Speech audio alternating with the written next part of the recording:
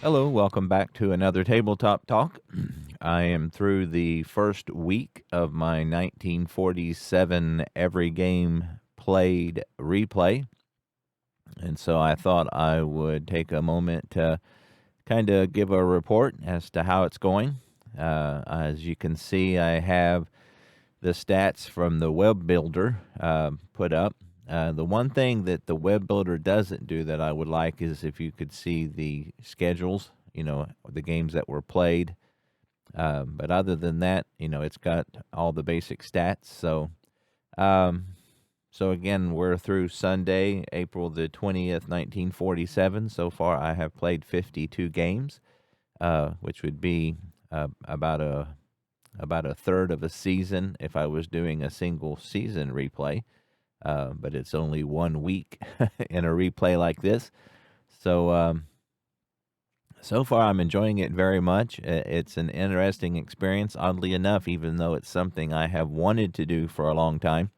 I have never even tried it before this, and so it's kind of a new experience. So, again, we'll see how it goes, but so far, I like it a lot. One disadvantage to doing a single team is that you don't kind of get the feel of the whole league, and can get a little stale.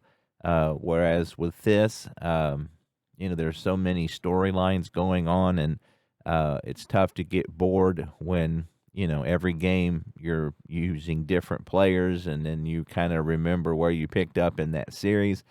And so, I'm getting to see every player play every game. And of course, the disadvantage is that after 52 games, I'm just a week into the season. So anyway, we'll see how it goes. I also like I'm doing it with the cards and dice and computer, so I get to pick who I want to manage. And it's funny, so far, I find that I tend to pick the underdogs. Oddly enough, I have a few favorite teams like Cincinnati and the Braves, and but in the American League, we'll start with their stats. Let's see, American League. So in the American League, you can see the New York Yankees are off to a 6-2 start. They were 6-0, and they had a doubleheader in Philadelphia against the Athletics. And I managed both games and was able to sweep that doubleheader. So the Athletics are now 3-4, and the Yankees are 6-2.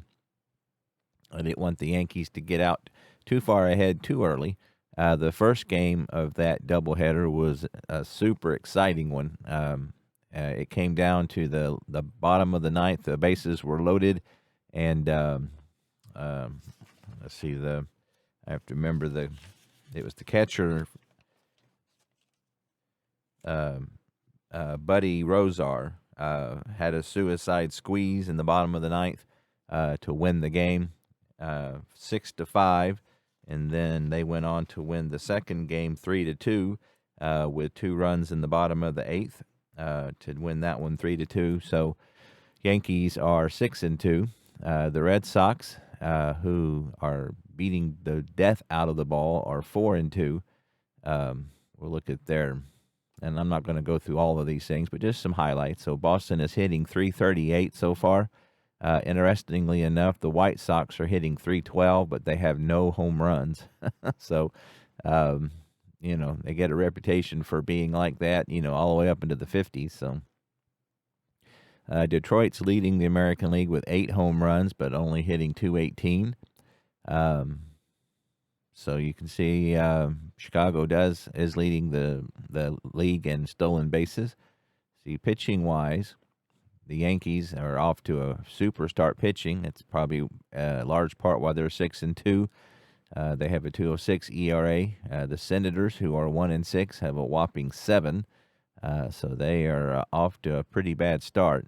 The last game of the yesterday of Sunday was in Washington against the Red Sox, and I tried to get them the win, but they ended up losing that one 6-3. They did manage to go into extra innings, but the Red Sox scored 3 in the top of the 11th to win that one 6-3. And so let's see. We'll look a little bit at the go back to the beginning here. So Hoot Evers, who had 10 home runs in real life, is leading the league with 4. Dom DiMaggio has 9 RBIs, as does Hoot Evers. Joe Grace for Washington has 8 batting average. Dom DiMaggio's at 480. Of course, it's a little early. Pitching totals. There's been the Yankees have 2 shutouts. Chicago has pitched 2. Cleveland and St. Louis have 1 apiece. The Browns were 4-0. They swept the Tigers at home and won the first game against the White Sox in Chicago, but then proceeded to lose the next 3. So they actually were in last place in real life. So I was kind of rooting for them to get off to a good start, but still at 4-3, that's respectable. Again, Chicago's 4 and let's see. We'll go back to the standings here.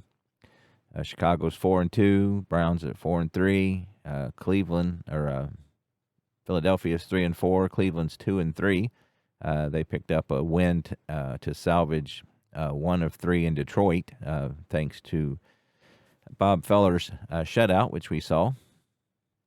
Detroit's 2-4, so they got swept by the Browns, and so they're 2-1 since then.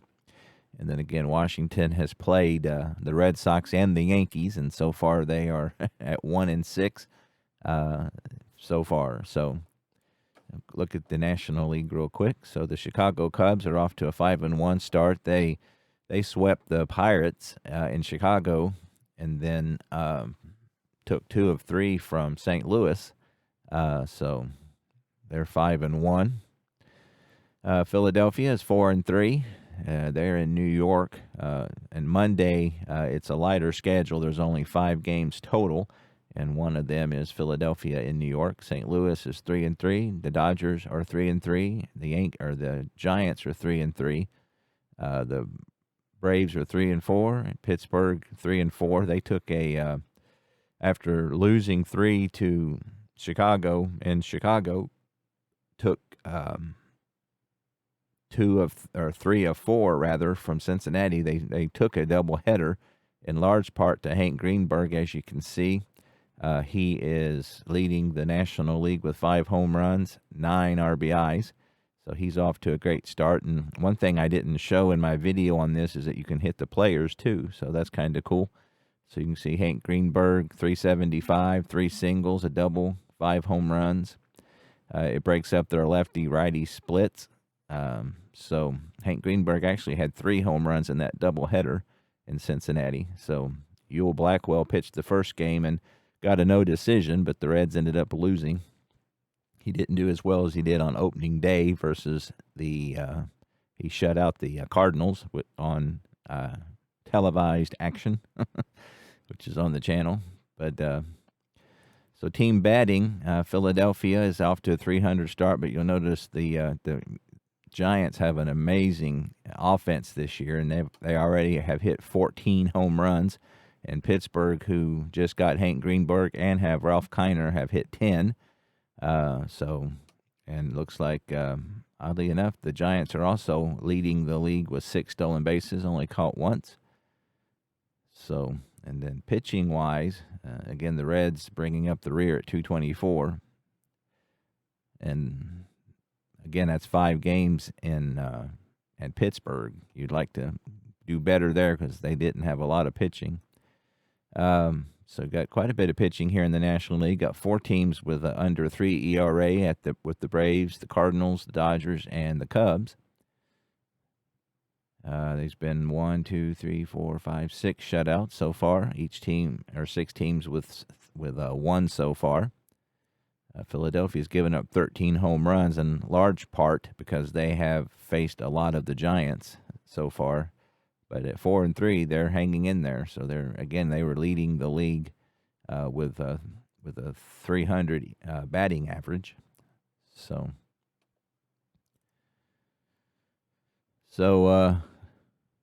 Tommy Holmes for the Braves is off to a 500 start.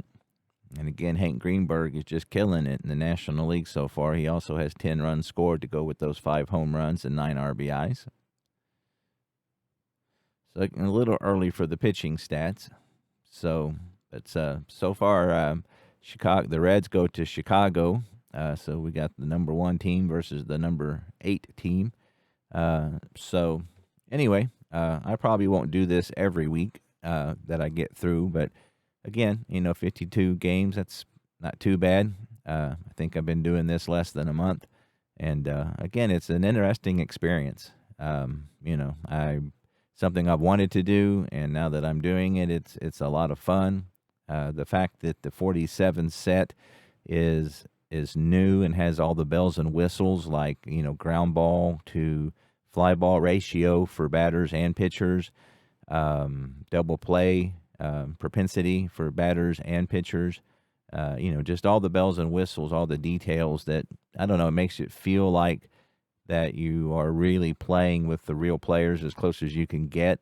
Strat has a long history of being great with their ratings, but going as far as to how many fly balls to ground balls, that can affect the game, and the outcomes of the game.